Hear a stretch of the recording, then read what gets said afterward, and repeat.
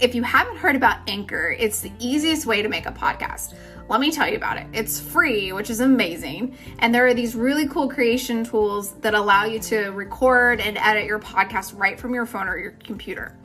Anchor will even distribute your podcast for you, so it's easy to be heard on Spotify, Apple Podcasts, anywhere you get podcasts.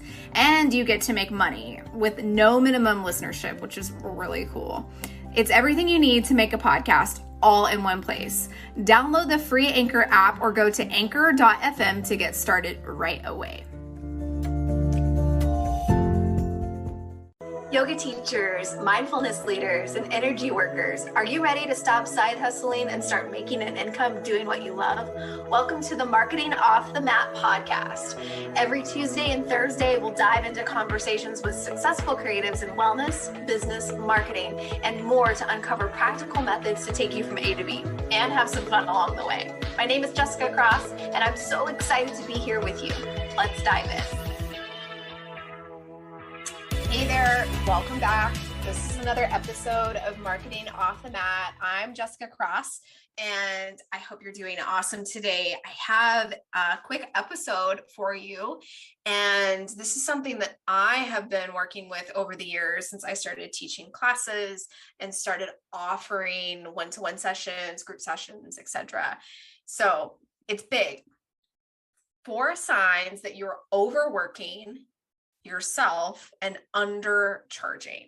It's kind of big, and it's layered in a lot of ways, because I feel like there is in our culture, well, of course it's not more than I feel, it's true. It's our culture exemplifies productivity and overwork, where we're very busy and we're spending a lot of time running from class to class. We're spending so much time in our business, and we're just busy. We're feeling like we're making a lot of progress, but we're not really, other than trading our time for money. And this undercharging is very layered. We all have a lot of stuff. I'll just say we all have a story about money that probably came in when we were really young. Now, I'll ask you a question. If you have money in your life, which we all do, you can probably think back to your earliest experience with money. Now, what was that? Now, I can think mine was having a little Hello Kitty wallet, which is really funny because, side note, we're cat parents for the first time, and about a year in, I didn't know I was going to be a cat person, but maybe I was always meant to be. But anyway, I had this Hello Kitty wallet, and it was always empty. And I always wanted someone to put $1 in it. So I would ask just about anybody, our neighbors, my dad, just about anybody, that when I had my wallet, I would open it. And so I'd be like, please put $1 in here. It's empty. It feels uncomfortable that it's empty. I even knew as a young kid, that this was something for me that I felt like I needed to have that money. And I'm sure whether it was a Hello Kitty wallet and $1 situation or your own story, you probably have a money story. Now, you might also have a story around where you learned money was bad, or a certain amount of money was bad. Filthy rich is a common saying, or oh, that person who drives that really nice car must be a bad person, or maybe it was from your parents or your siblings where they made a comment about somebody at school or work who seemed to have a lot of money and they were really snooty about it. Something like that. Those really subtle layers, those really subtle cues that we pick up as kids aren't always visible to us, but it's still there. It's a part of our money story. So when it comes to this undercharging, this undervaluing of ourselves, it's very common and relatable, by the way. If this is you, it's also me. So I'll just tell you that. Something that I'm always working with is charging what I'm worth. So if you were undercharging and overworking, you are probably feeling these 4 signs. Let's get into them. So sign number 1, And this is so sad. You're secretly hoping that your clients cancel before their appointment or their class, and it's on a regular basis. You're hoping that someone will cancel, no one will show up to your class, so you can get a little time back. Okay, let's be honest, I'm sure we've all felt this before. Have a little extra space in our calendar to probably fill it with some other type of work, or hopefully you're getting a chance to rest, but it's probably the former. If you're feeling this, you are overworking and undercharging. I'm going to tell you, because you're not feeling like the energy expenditure that you're putting out is being met. Number 2 of the 4 signs that you're overworking and undercharging: your own business building efforts take a back seat to the work that you're doing with your clients. Your income and your visibility are not growing. Whew. So we're spending a lot of time in our business, but not working so much on our business. We're spending a lot of time delivering on our offers, be that a yoga class, a drop-in yoga class, or perhaps your one-to-one, your private sessions, be it your yoga, your energy, your meditation, your sound. If we're showing up one-to-one, it's a lot of work. You've got the prep before. If you're building the class or playlist class for your playlist for your class, I'm not even making sense. Sorry. If you're building your playlist, if you're writing your sequence, if you're writing that meditation script, or you're working on the framework for your one-to-one client visit, perhaps with Reiki, whatever it is that you're working on, there's time before, there's the actual time of the session, and there's time after. There's the wrap up and tea, there's the pack up and move on to the next thing. So really, we're thinking about this before and after time. So if you're really undervaluing yourself for that hour time slot, think about when you spread it over 3 hours.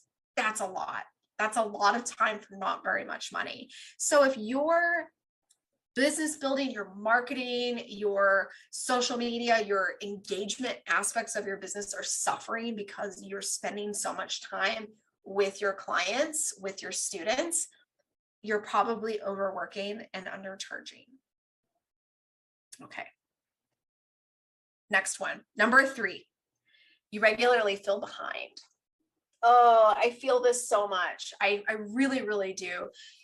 And it's okay, by the way. There's nothing bad about this. You shouldn't feel bad about yourself, because I think we all go through this where we have stack of work.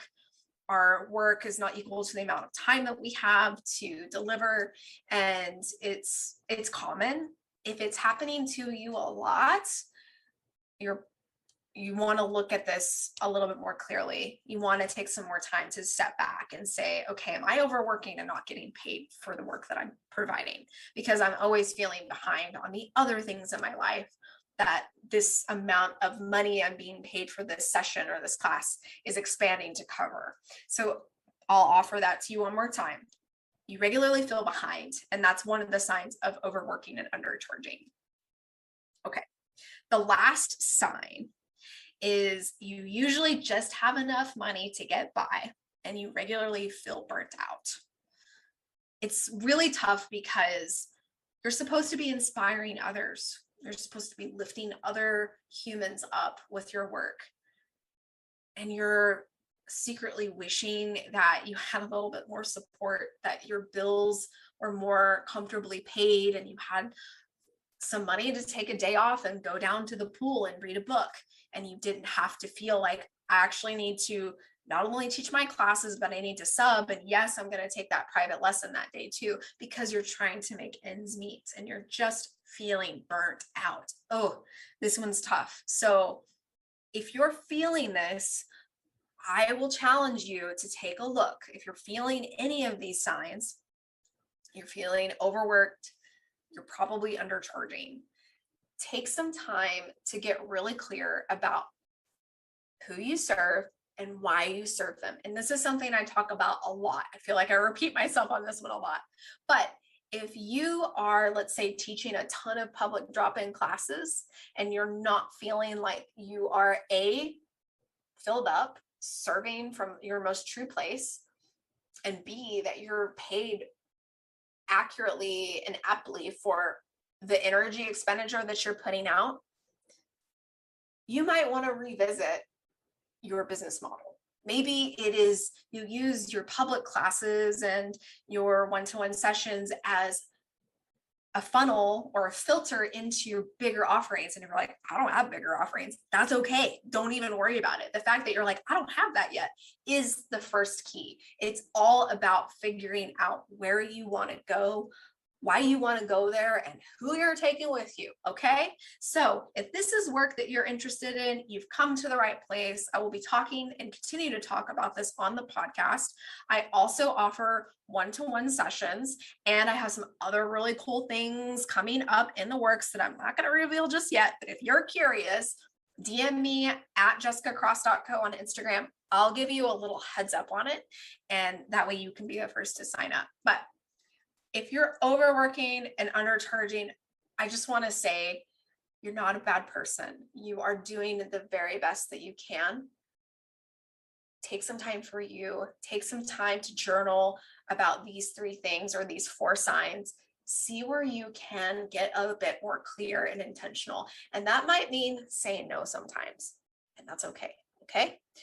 Sending you so much love. You're doing a great job. I'll see you on the next episode. Love you so much. Thanks for listening to the Marketing Off the Mat podcast. I love hanging with you as we figure this thing out together. Do you have an idea or something to share with me? Send me a DM on Instagram at jessicacross.co and let me know what's on your mind. I'd be so grateful if you shared this with someone who could use this episode. And if you get a chance, please rate, review, and subscribe on Apple Podcasts, Spotify, or wherever you get your podcasts. Catch you on the next episode. See ya.